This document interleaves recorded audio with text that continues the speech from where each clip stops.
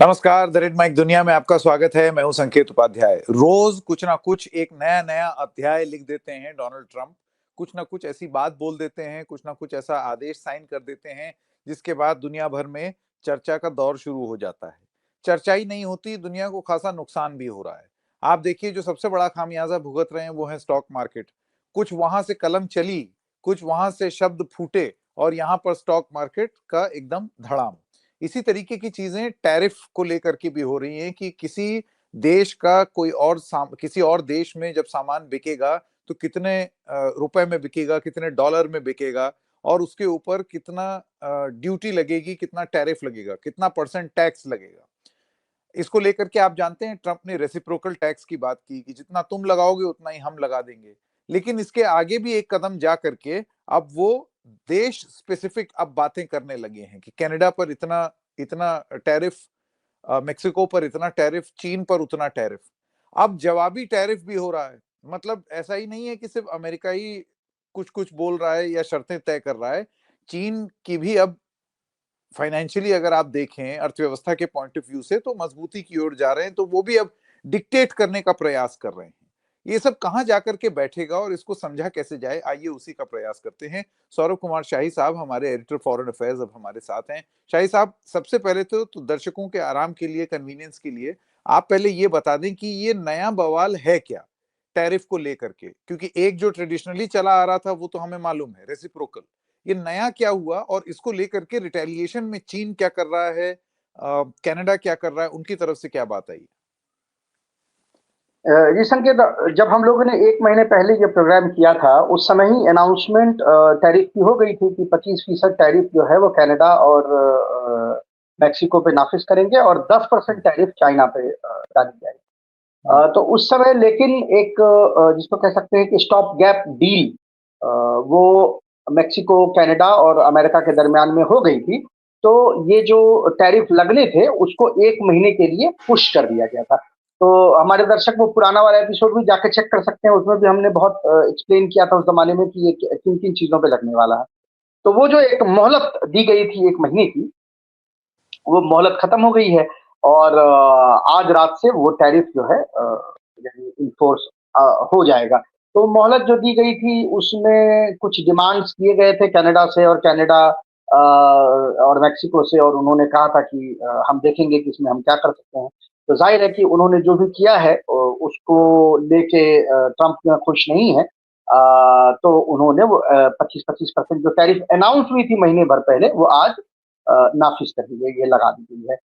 China के case में 10% already लगा हुआ था अक्रॉस द बोर्ड, उसको बढ़ा के आज 20% कर दिया गया है और उनसे भी कुछ चीजें जो है वो ट्रम्प एडमिनिस्ट्रेशन ने डिमांड की थी और आज उनका ये कहना है कि जो भी डिमांड हमने इन 3 देशों के साथ किए थे उसका जो सैटिस्फैक्टरी रिज़ॉल्यूशन जो है वो नहीं हुआ है, तो हम will go on with the tariff जो हमने पहले अनाउंस कर दिया था। तो 25% की टैरिफ जो है कनाडा पे लगी है, 25% की टैरिफ जो है वो मेक्सिको पे लगी है और एडिशनल 10% लगा के और पहले का 10% मिला के यानी 20% टैरिफ जो है वो चाइना के गुड्स पे अक्रॉस द बोर्ड ये टैरिफ लगी है। हम्म। यहाँ पे। तो उसको लेके मार्केट में ज़ाहिर है खलबली मच गई क्योंकि अभी तक जो ट्रेड वॉर वो थ्रेटन कर रहे थे, वो ट्रेड वॉर आज शुरू हो गया। यानी जब से वो इम्प्लीमेंट होता है तभी से माना जाएगा कि वॉर शुरू हुआ। तो आज ऑफिशियली ट्रेड वॉर ट्रम्प 2 का जो ट्रेड वॉर है वो आज से स्टार्ट हो गया है और उसको लेके मार्केट ज़ाहिर है कि जिटरी है। एशिया में भी शेयर गिरे हैं, फिर थोड़ा रिकवर किया, फिर गिरे। अमेरिका में तो मार्केट बिल्कुल ही जीत रही है, नैस्डैक हो, सारे जो हैं वो ऑलमोस्ट एस&पी 500 तो 2% के आसपास वो गिरा हुआ है, बाकी भी उसमें गिरावट जो है वो देखी जा रही है। वो इसलिए भी है, मार्केट सेंटिमेंट्स जो हैं वो ज़ाहिर है कि मार्केट में बैठने वाले जो हैं वो इकोनॉमिक्स के प्रॉपर पढ़ाई करने वाले लोग हैं।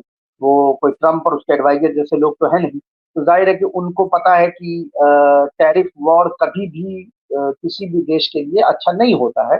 तो उनके सेंटिमेंट्स इकोनॉमिक जो थ्योरी होती है उस पे बेस्ड है। ट्रम्प के ज़ाहिर है कि वो कोई इकोनॉमिक थ्योरी पे नहीं है, उनके अपने इकोनॉमिक थ्योरीज हैं जिसको वो इम्प्लीमेंट करना चाहते हैं। तो इसलिए मार्केट का सेंटीमेंट जो है वो ट्रंप और उसके एडमिनिस्ट्रेशन की जो सेंटीमेंट है उससे मेल खाते हुए नहीं दिख रहा है। बिल्कुल, और क्योंकि इतना कनेक्टेड है अमेरिका जो करता है वो जाहिर सी बात है पूरी दुनिया पर उसका इम्पैक्ट होता है, तो हम देख रहे हैं कि उसका असर अलग अलग मार्केट्स पर भी देखने को मिल रहा है। अब मैं आपसे ये जानना चाहता हूँ शाही साहब कि ये जो प्रोडक्ट्स पर 15 से 25% के आसपास का जो टैरिफ लगाने की बात की है, पहले ये कितना था? और दूसरी चीज, क्या ये अक्रॉस द बोर्ड उन इन देशों से जैसे कि कनाडा हो गया, चाइना हो गया, इन सब जगहों से जो सामान आते हैं, इंपोर्ट होते हैं, उन सारे सामानों पर इतना इतना परसेंट टैक्स लगेगा, या फिर कुछ स्पेसिफिक सेक्टर्स हैं कि अगर ये वाली चीज मंगवाई तो इस पर इतना और वो वाली मंगवाई तो उस पर इतना? जी, तो कनाडा और मेक्सिको के केस में ये 0% था। तो यानी 0 पे 25 ऐड हुआ तो 25% हो गए। चाइना के केस में 10% ऑलरेडी था, 10% ऐड हुआ है तो वो 20% अब 20 हो होगा। गया। हम्म। चाइना के केस में अभी तक ये अक्रॉस बोर्ड लग रहा है। मेक्सिको और कनाडा के केस में अक्रॉस बोर्ड नहीं है, लेकिन जो आइटम एग्जम्प्ट है वो बहुत छोटे, बहुत कम अमाउंट के आइटम है। अगर टोटल वॉल्यूम के हिसाब से देखें तो उसको मोटा मोटी आप अक्रॉस बोर्ड ही मान लें। मतलब फॉर ऑल प्रैक्टिकल पर्पसेज वो अक्रॉस बोर्ड ही माना जाएगा, हालांकि टेक्निकली अक्रॉस बोर्ड नहीं है। चाइना के केस में टेक्निकली अक्रॉस बोर्ड वो लगाया जा रहा है। अब अगर इंडिविजुअली कंट्री की बात करें तो रिटेलिएशन की, तो कनाडा ने भी 25% टैरिफ जो है रिटेलिएटरी पहले टैरिफ कितना लगाया था? है। 0 था, 0 टू 0 था, तो 25 के बदले 25 ठीक। कनाडा ने लगा ठीक। दिया। जी। ठीक। और मेक्सिको की जो प्रेसिडेंट है उनका ये कहना है कि उनके पास कॉन्टिजेंसी प्लान है और वो अनाउंस करेंगी आज रात, यानी उनके यहाँ ट्यूसडे, आज अभी तो सुबह भी नहीं हुआ है, तो आज जो ट्यूसडे की रात जब हो जाएगी तब फिर वो टैरिफ जो है वो अपने टैरिफ जो है रिटेलिएटरी टैरिफ वो मेक्सिको अनाउंस करेगा। कनाडा ने हालांकि अपने रिटेलिएटरी टैरिफ अनाउंस कर दिए हैं। चाइना में चूंकि ऑलरेडी डे के बाद अब वहाँ नाइट ऑफ कोर्स होने पे है, तो वहाँ उन्होंने ऑलरेडी रिटेलिएटरी टैरिफ उन्होंने भी अनाउंस कर दी है। चाइना ने अक्रॉस बोर्ड नहीं किया है, एग्रीकल्चर आइटम को टारगेट करते हुए 10 से 15%। और कनाडा ने भी सर्टेन गुड्स यानी अभी 30 बिलियन के आसपास के जो गुड्स हैं उस पर 25% टैरिफ उन्होंने लगाया है, लेकिन ये 21 दिनों में स्टैगर्ड तरीके से बढ़ के 125 बिलियन के जो वर्थ के गुड्स हैं उस पे लग जाएगी। दोनों कंट्री अभी रिटेलिएटरी टैरिफ में एक कॉशन दिखा रहे हैं, यानी ट्रंप, जाहिर है कि ट्रंप के जैसा जैसे बुल इन चाइना शॉप वाली बात होती है उस तरह का नहीं है, वो एक मेच्योरिटी दिखा रहा है। कनाडा भी एक मेच्योरिटी, चाइना भी दिखा रहा है, तो अक्रॉस द बोर्ड नहीं जा रहा है। उन्होंने कुछ एरियाज में भी लगाए हैं, लेकिन उन्होंने कहा है कि अगर ये ऐसे ही रहा या बढ़ता रहा तो जैसे कनाडा के केस में उन्होंने कहा है कि अभी $30 बिलियन के गुड्स पे हमने लगाया है, लेकिन एडिशनल 125 बिलियन पे हम लगाएंगे 21 दिनों में, यानी हर दिन पे कुछ ना कुछ गुड्स बढ़ते जाएंगे। वो देखा जाएगा कि अगर तो रिजोल्यूशन होता है तो ठीक है, नहीं रिजोल्यूशन होता है तो $125 बिलियन के एडिशनल गुड्स पे अगले 21 दिन में धीरे धीरे टैरिफ लगेगा। जो चाइना के केस में अभी एग्रीकल्चर सेक्टर को सिर्फ टारगेट किया गया है, और जो जिन चीजों पे टैरिफ लगाई गई है उसमें गंदुम है, मतलब वीट है, कॉर्न है जिसको हम इंडिया में भुट्टा मकई कहते हैं, इसके अलावा सोयाबीन है, इसके अलावा बीफ है, और तमाम और एग्रो प्रोडक्ट्स जो हैं उस पे चाइना ने रिटेलिएटरी टैरिफ अभी लगाया है। कनाडा ने जो जिन गुड्स पे लगाया है फिलहाल उसमें कॉस्मेटिक प्रोडक्ट्स हैं, उसमें होम अप्लायंसेज हैं, उसमें थोड़े बहुत और आइटम है खाने पीने के, जैसे प्रोसेस्ड गुड्स हैं, जैसे ऑरेंज जूस है, जैसे पीनट बटर है, वाइन्स हैं, बियर है, और तमाम अगर और अलग स्पिरिट्स हैं।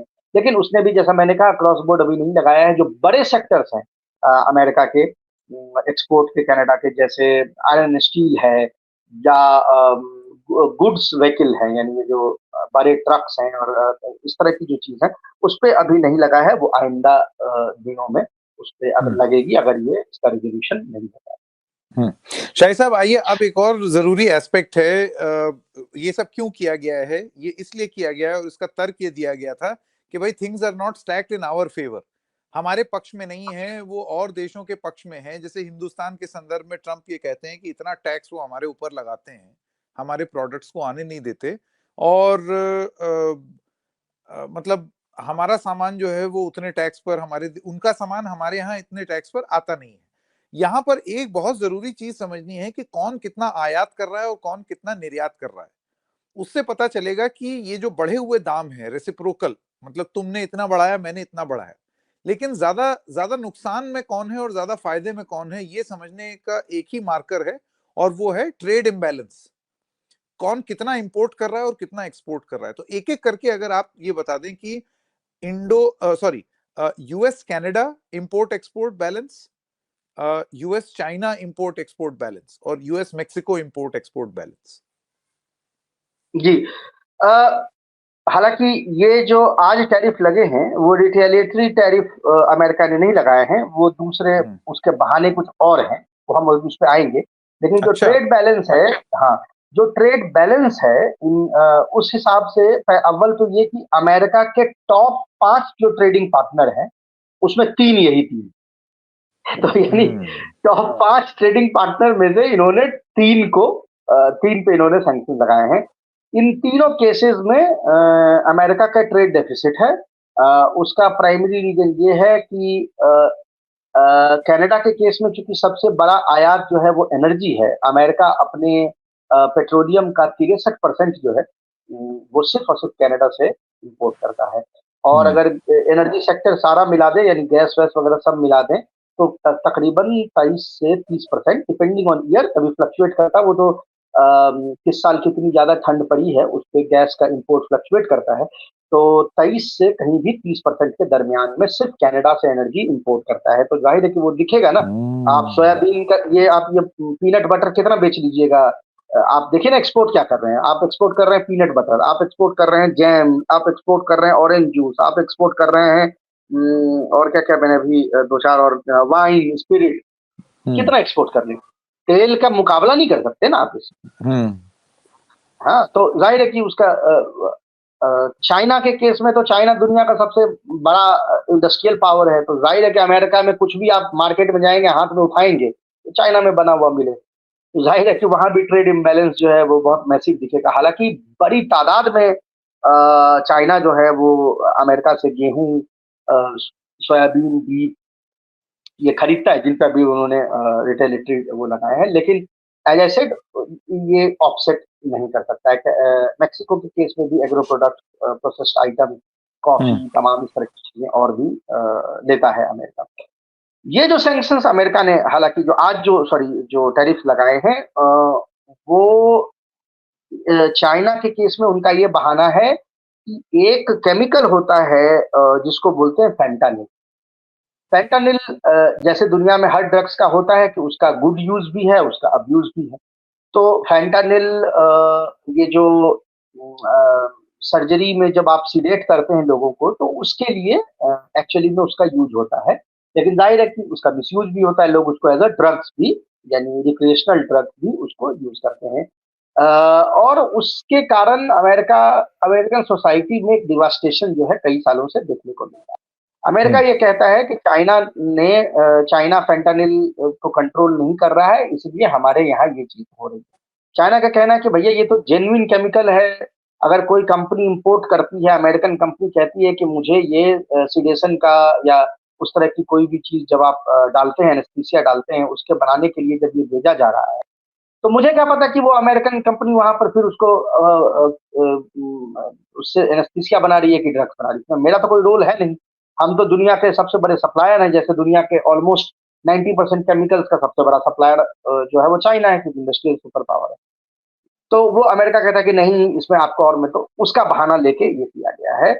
और मेक्सिको और कनाडा को भी उनको दो बहाने हैं। पहला बहाने उन पे फेंटानिल का डाला गया कि उनके तरफ से फेंटानिल जो है वो इंपोर्ट उनके बॉर्डर से होता है। हालांकि उसके केस में कनाडा के ऊपर में कोई ज्यादा जो है वो सदर्न बॉर्डर से मेक्सिको से आता है। एक मैप है हमारे पास, मैप कह रहा हूँ सॉरी, एक ग्राफ है हमारे पास, प्लीज दिखाए। ये एनुअल जो फेंटानिल एंटर करती है अमेरिका में, उसका एक ग्राफ आपके स्क्रीन पे आपको दिख रहा होगा। ये बड़ी बड़ी तादाद में ये इंपोर्ट होती है।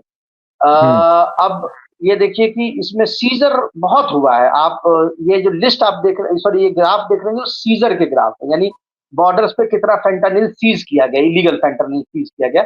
और आप देख सकते हैं कि बाइडेन ईयर्स में जो लास्ट 2 साल थे उसमें काफी बड़ी तादाद में इनको सीज किया गया, यानी कि एक कोऑपरेशन जो है वो मैक्सिको और कनाडा के साथ अमेरिकन बॉर्डर एजेंसी की हो रही थी। लेकिन उसको धता बताते हुए अमेरिका ने इन पे ये टैरिफ लगाया है। साथ ही वो जो हमने पिछली बार बात की कि नॉर्दर्न और सदर्न बॉर्डर से जो इमिग्रेंट आते हैं उसके लिए भी उनको जिम्मेदार ठहराया गया है और उन पे डाला गया है। तो ये रिटेलिएटरी टैरिफ के एम्बिट से बाहर का है, ये मतलब प्योर बदमाशी जिसको कहते हैं, उसके तहत ये जो है वो नाफिज की गई है अभी टैरिफ जो है इन सारे कंट्री। बहुत इंटरेस्टिंग। तो अभी आपकी बात से मुझे एक चीज बस ऐसे मन में चल रही थी, मैं पूछूं, ये तो अमेरिका के लिए बहुत खुद ही डेवस्टेटिंग नहीं होगा? मतलब आप ये समझिए कि अगर आपकी 20% ऊर्जा, एनर्जी नीड्स, वो एक देश से आ रही है और आपने उस पर टैरिफ बढ़ाया और फिर उसने भी अक्रॉस द वर्ल्ड वहां से आने वाली चीजों पर टैरिफ बढ़ा दिया, यानी कि सीधे सीधे आपकी एनर्जी का जो इंपोर्ट है, जो आपको चाहिए ही चाहिए, वो 25% महंगा हो गया, 25%। एग्जैक्टली। यानी कि ये फिर लोगों और के लिए महंगा होगा, वहां बिजली महंगी होगी, वहां पर सारी चीज अमेरिका में महंगी हो जाएगी। एग्जैक्टली तो टैरिफ तो यही होता है ना, टैरिफ तो डबल एज सोड है। अगर आप एनर्जी या और भी जो आइटम्स है, जैसे दुनिया का 75% मैपल सिरप जो है वो कनाडा प्रोड्यूस करता है, ठीक है, आपने उस पर लगा दिया टैरिफ। सबसे बड़ी तादाद में मैपल सिरप लोग खाते कहाँ हैं? अमेरिका में। तो अल्टीमेटली तो उन्हीं को ज्यादा पे करना पड़ रहा है ना। और ऐसी चीज जो एक कंट्री, जैसा मैपल सिरप जो 75% एक ही कंट्री पैदा कर रहा है ना, तो अगर आपने उस पर टैरिफ कर दिया तो आपके पास अल्टरनेटिव मार्केट का ऑप्शन भी तो नहीं है ना भाई। अंगूर तो है नहीं ना कि पाकिस्तान से अंगूर खरीद रहे थे, बलूचिस्तान से, जी हमने टैक्स लगा दिया तो अफगानिस्तान से ले लो। जब 75% हो ही रहा है कनाडा में, तो आपके कंज्यूमर को और जिसको खाने की आदत है, जिसको वो पसंद है खाना, तो वो ज्यादा पैसा उसके पॉकेट से निकलेगा। ठीक है, एनर्जी के केस में आप डाइवर्सिफाई कर लीजिए, तो किससे डाइवर्सिफाई करेंगे भाई? ओपेक प्लस रशिया ने एनर्जी प्राइस को लो रखने के लिए उन्होंने कट कर रखा है प्रोडक्शन। तो भाई ऐसा भी तो नहीं है ना कि आपके बड़े अच्छे संबंध है कोई ईरान के साथ में कि आप ईरान को कह दीजिए कि हाँ जी भाई कनाडा से को हमने सैंक्शन लगा दिया है, चलो तुम भेजना शुरू कर। तो आपको एनर्जी जो है महंगी मिलेगी। और जैसा आपने अभी इशारा किया कि एनर्जी का कॉस्ट अगर इंक्रीज होता है तो वो तो हर चीज पे उसका कैस्केडिंग इफेक्ट होगा ना। अगर तेल महंगी आ रही है तो जिस जिस ट्रक में लाद के सामान पहुंचाया जाएगा छोटे स्टेट्स में, वो लॉजिस्टिक्स महंगी हो गई। फिर वो वेयर हाउस से जो प्राइवेट गाड़ियों में उठा के अपने अपने दुकानों में ले जाएंगे वो महंगा हो गया। यानी वो अलग अलग लेवल पे महंगा होता लोगों चला का गया। बिल महंगा हो गया। मतलब आप ये सोचिए उसका जो डोमिनो इफेक्ट है, कैस्केडिंग इफेक्ट, वो आपको हर जगह महसूस होगा। तो और वो उनको भी बिल्कुल महसूस होगा जो इनके चीयर लीडर हैं, मागा वाले एग्जैक्टली। जो हैं, वो उनको भी तो महंगा पड़ेगा। जी, और मागा को तो स्पेशली टारगेट किया है अभी चाइना ने। आप चाइना की रिटेलिएटरी लिस्ट देखिए, वीट होता है। अच्छा, एक चीज थोड़ा फर्क है अमेरिका में और हमारे यहाँ कि हमारे यहाँ वीट जो है वो अप्रैल में कटती है। गेहूं की फसल जो है वो अप्रैल में कट जाती है भारत में। और जाहिर है कि इसका मतलब है कि बुआई जो है वो वही अक्टूबर नवंबर में उसकी बुआई होती है। लेकिन अमेरिका में ऐसा नहीं होता। अमेरिका में साल भर अलग अलग वेराइटी की गेहूं कटते रहते हैं, यानी बुआई भी साल भर होती है, कटाई भी साल भर होती है। लेकिन हैविंग सेड दैट, उनके यहाँ भी जो लाइन शेयर है 60 से 70% गेहूं जो है वो हमारे जैसे ही अप्रैल मई महीने में वो कट जाती है। कॉर्न अगेन आपको पता है मार्च एंड अप्रैल का महीने में कॉर्न कटता है कहीं पे भी। ठीक है, सोयाबीन का मुझे अंदाजा नहीं है कि उसका क्या साइकिल है, पर मुझे लगता है कि शायद वो भी ठंड का ही क्रॉप है, तो वो भी मेरे ख्याल से इसी आसपास कहीं होता होगा। लेकिन इन दोनों का तो मैं श्योर हूँ, वीट और कॉर्न का। अब देखिए चाइना ने क्या किया है एग्जैक्ट, क्या मार्च महीने में टैरिफ लगाया है वीट पे, कॉर्न पे, जब उसके प्रोडक्शन का टाइम, जब उसकी कटाई का टाइम हुआ। ठीक है, तो अच्छा ये कहाँ हो रहे हैं? अमेरिका का मैं लिस्ट देख रहा था कि वीट वीट और कॉर्न कहाँ हो रहे हैं। तो जो स्टेट्स अमेरिका के जहां पर ये दोनों हो रहे हैं, किसी में ज्यादा किसी में कम, मैं Kansas, Nebraska, Colorado, Oklahoma, Missouri, Iowa, Illinois and Texas, ये 9 नाम में से 7 जो है रिपब्लिकन स्टेट। तो रिपब्लिकन स्टेट सबसे ज्यादा व्हीट और कॉर्न और बीफ और ये, क्योंकि भाई वो खेतीहर उनके जो एनिमल हस्बेंड्री और उस वाले ग्रुप में ही तो रिपब्लिकन पार्टी का ज्यादा वो है ना, पैठ है ना। तो अब उनको चाइना ने स्पेशली टारगेट किया है कि जो जहां से रिपब्लिकन वोटर आते हैं उस एरिया को स्पेशली टारगेट करो। और दूसरी चीज, चाइना ने ये देखा है कि किन ऐसे चीजों को टारगेट किया जाए जो वो रिप्लेस कर सके। अब व्हीट पूरी दुनिया में होता है, वो रसिया से खरीद सकता है, रसिया बहुत बड़ा व्हीट का सप्लायर है वर्ल्ड का, रसिया, यूक्रेन, ठीक है, तो वो रसिया से खरीद सकता है। बीफ जो है वो अल्टरनेट वो खरीद सकता है ब्राजील से, अर्जेंटीना से, चिली से, उसके बाद वो शिफ्ट कर सकता है न्यूजीलैंड पे, है ना। कॉर्न जो है वो मेक्सिको से, अगेन कोलंबिया से, नीचे पेरू से, ये जो एरिया है इससे, यानी चाइना ने अल्टरनेटिव सोर्सेज देख रखे हैं कि जहां से उसके प्रोडक्ट का अल्टरनेटिव वो खरीद सकता है। लेकिन आप ये बताएं कि दुनिया में 10 स्टेपलर में से 9 स्टेपलर चाइना बना रहा है, तो अमेरिका कहां से खरीदेगा अगर टैरिफ लगा रखा है? आप समझ रहे हैं डिफरेंस? मैं बिल्कुल समझ गया, एकदम कि समझ गया कि चाइना रॉ मटेरियल चाइना ने, जो मैं समअप कर दूं, रॉ मटेरियल जहां से प्रोक्योर करना है वो निर्भरता अमेरिका को, वो चाइना को अमेरिका पर नहीं है, उसके पास ऑल्टरनेटिव्स हैं। लेकिन क्योंकि आप दादागिरी मोड में रहते हैं, आप हर किसी पे तुम पर सैंक्शन, तुमसे सैंक्शन, सब लोगों से आपने ऐसा कर लिया है कि अब आप कहां जाएंगे। और प्लस अगर आपको कुछ चाहिए तो वो उन्हीं देशों के पास है जिस पर आप टैरिफ लगाना चाहते हैं, जिनको आप सबक सिखाना चाहते हैं। समझ गया मैं, समझ गया। तो ये तो फिर शाही साहब नेट लूजर तो अमेरिका ही हुआ इसमें। सर मैं दुनिया के किसी इकोनॉमिस्ट को नहीं जानता हूं, मैंने इकोनॉमिक्स की पढ़ाई की है तो मेरा तो पेपर भी रहा है पूरे ग्रेजुएशन तक में। मैं दुनिया के किसी सीरियस इकोनॉमिस्ट को नहीं जानता हूं जो ये कहे कि tariff is a very good tool. ये वैसे ही जैसे वकील साहब जो है अपना डिमोनेटाइजेशन का पर्चा लेके बहुत 25-30 साल से सारे प्राइम मिनिस्टर के यहाँ ठेल रहे थे। नरसिम्हा राव के यहाँ ठेला, वाजपेयी को ठेला, वो अपने गुलजार कह रहा, गुजराल साहब को ठेला। बाद में एक बहुत पढ़ा लिखा प्राइम मिनिस्टर हमारा आ गए तो उन्होंने उसको इम्प्लीमेंट कर दिया, बाकी उन्होंने नहीं किया था पहले। तो वैसे ही ट्रंप साहब है, ये जो मागा की क्राउड और इस तरह के जो यहाँ पर जो वकील के जो इक्विवेलेंट जो थिंक टैंक है अमेरिका के, वो ये ठेलने की कोशिश बहुत सालों से बहुत लोगों को कर रहे हैं। लेकिन उनको भी एक ज्ञानी आदमी चाहिए था ऑफिस में, तो अब आ गया ज्ञानी आदमी तो उन्होंने ठेल दिया उसके थ्रू। तो भाई ये जो ग्रिफ्टर्स जिसको हम कहते हैं, ग्रिफ्टर्स तो अपना काम करता रहता है ना। He is looking for an opening, उसको ओपनिंग कब मिली तो ऐसा। अच्छा, ये लोग जो ट्रंप को कहते हैं कि बिजनेसमैन है, कोई ये नहीं कहता है कि ये जिंदगी भर इस आदमी ने बैंकरप्सी फाइल किया है, जिंदगी भर इस आदमी ने बैंकरप्सी फाइल उसको इस तरह से ज्ञान दे रहे हैं कि वो बिजनेसमैन है तो उसको बिजनेस का पता होगा। अरे बिजनेस का पता है अगर बैंकरप्सी फाइल कर रहे हो हर 5 महीने में? कौन सा आपने एम्पायर खड़ा कर लिया? मतलब मैं एलॉन मस्क के लिए तो एक पल के लिए मैं मान सकता हूँ कि भाई दुनिया के सबसे अमीर आदमी है तो कहीं कुछ उन्होंने सही किया तभी तो वहां पे पहुंच गए। आपके पास क्या है कि सारे मेन स्ट्रीम इकोनॉमिस्ट इनको बात समझाते हैं। अभी कनाडा ने एनर्जी पर, अभी एनर्जी को उन्होंने बाहर रखा है। कनाडा कल से कहने लगे कि मैं एक्सपोर्ट पे लगा दूंगा, तो क्या करेंगे आप? पूरा का पूरा जो है नॉर्दर्न अमेरिका आप देखते हैं, अमेरिका में जो पूरे नॉर्दर्न स्टेट है, जो 11 स्टेट आपको दिखते हैं कनाडा बॉर्डर के पास में, उसका सारा एनर्जी कंजम्पशन जो है कनाडा से आता है।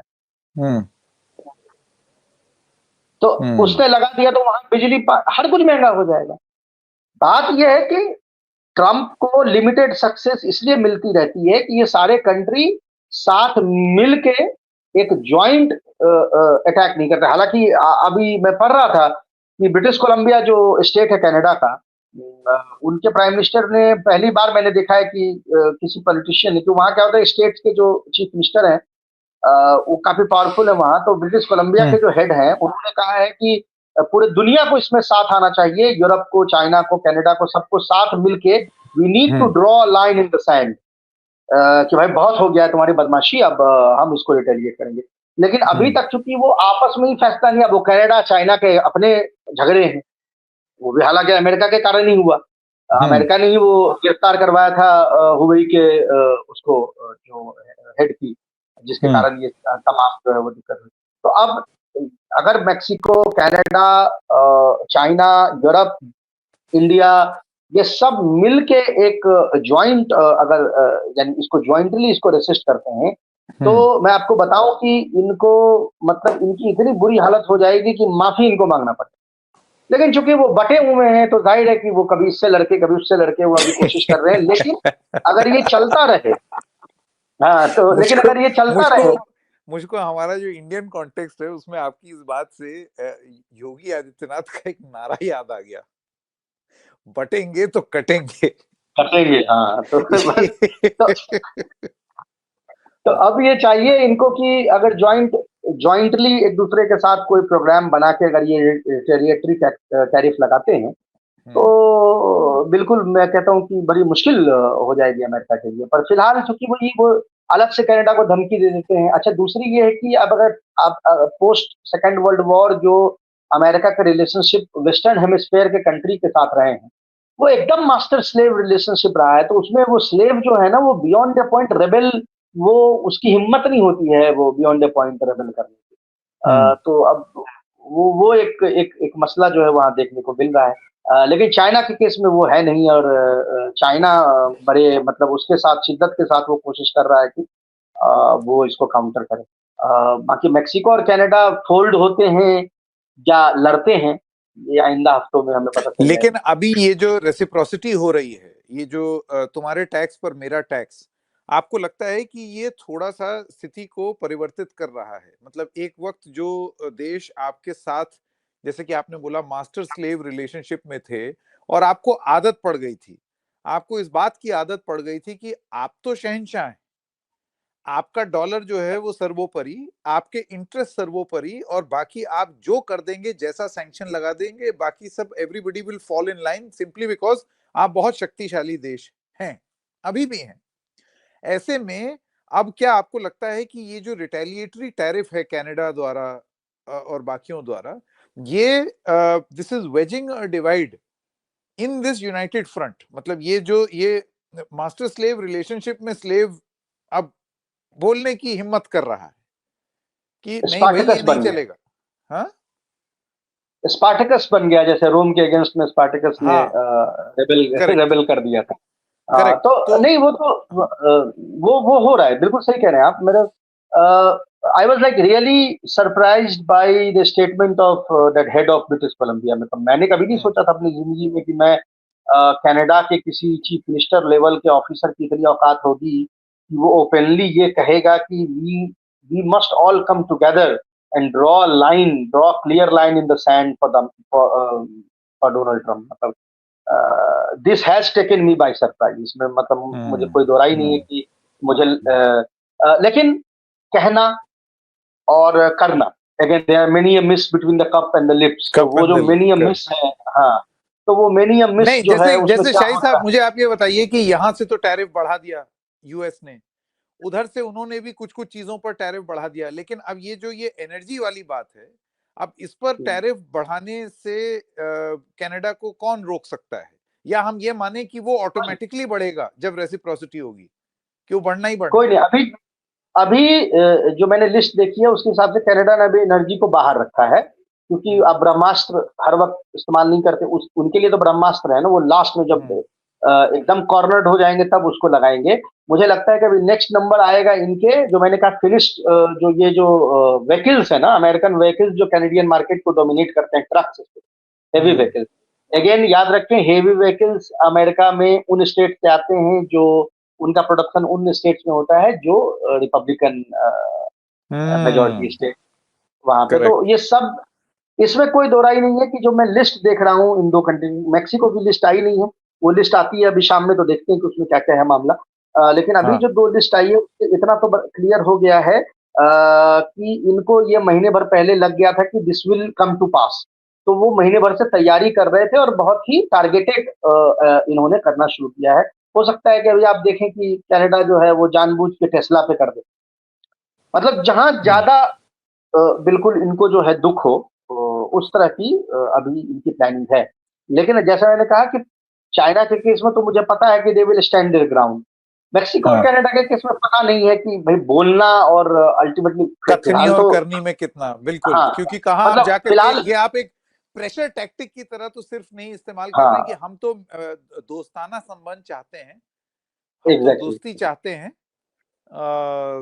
बाकी दोस्ती बनी रहे, वो वाला भाव, हाँ, अ, हाँ, हाँ, हाँ, वो वाला भाव जो है वो कनाडा और मेक्सिको हमेशा से रखना चाहेगा। तो अगर वो ये ब्रह्मास्त्र, इफ दे पुल दिस ब्रह्मास्त्र कि वो एनर्जी पर भी अगर टैक्स लगा दें, टैरिफ लगा दें, तो शाही साहब ये तो बवाल कट जाएगा।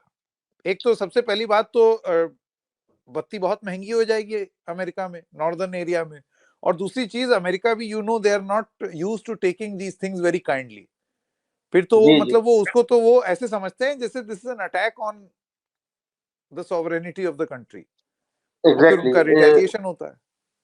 एग्जैक्टली मतलब अब रिटेलिएशन पे रिटेलिएशन हो सकता है, तो वो तो फर्दर एक्सकेलेट हो जाएगा। एक और चीज हाँ, यहाँ ध्यान रखने की बात है, हमारे दर्शक क्योंकि मोस्टली भारत में है, तो कई बार क्या होता है हम अपने पर्सपेक्टिव से सोचते हैं। ये ध्यान रखें कि अमेरिका, नॉर्दर्न यूएसए के जो स्टेट्स हैं उसमें अभी अगले 2-2.5 महीने तक ठंड रहेगी। ये हम्म, हमारे जो ये गुलाबी सर्दी आ गई है, हमारे यहाँ गर्मी रूपी एक चीज हाँ, आ गई है। अमेरिका में जो नॉर्दर्न स्टेट्स हैं, खासकर जो कनाडा के पास जो 11-12 स्टेट्स हैं, उसमें अभी ठंड 2-2.5 महीने रहेगी। यानी अभी एनर्जी कंजम्पशन चाहिए, अगले 1-2 महीने तक मैक्सिमम पे रहेगा।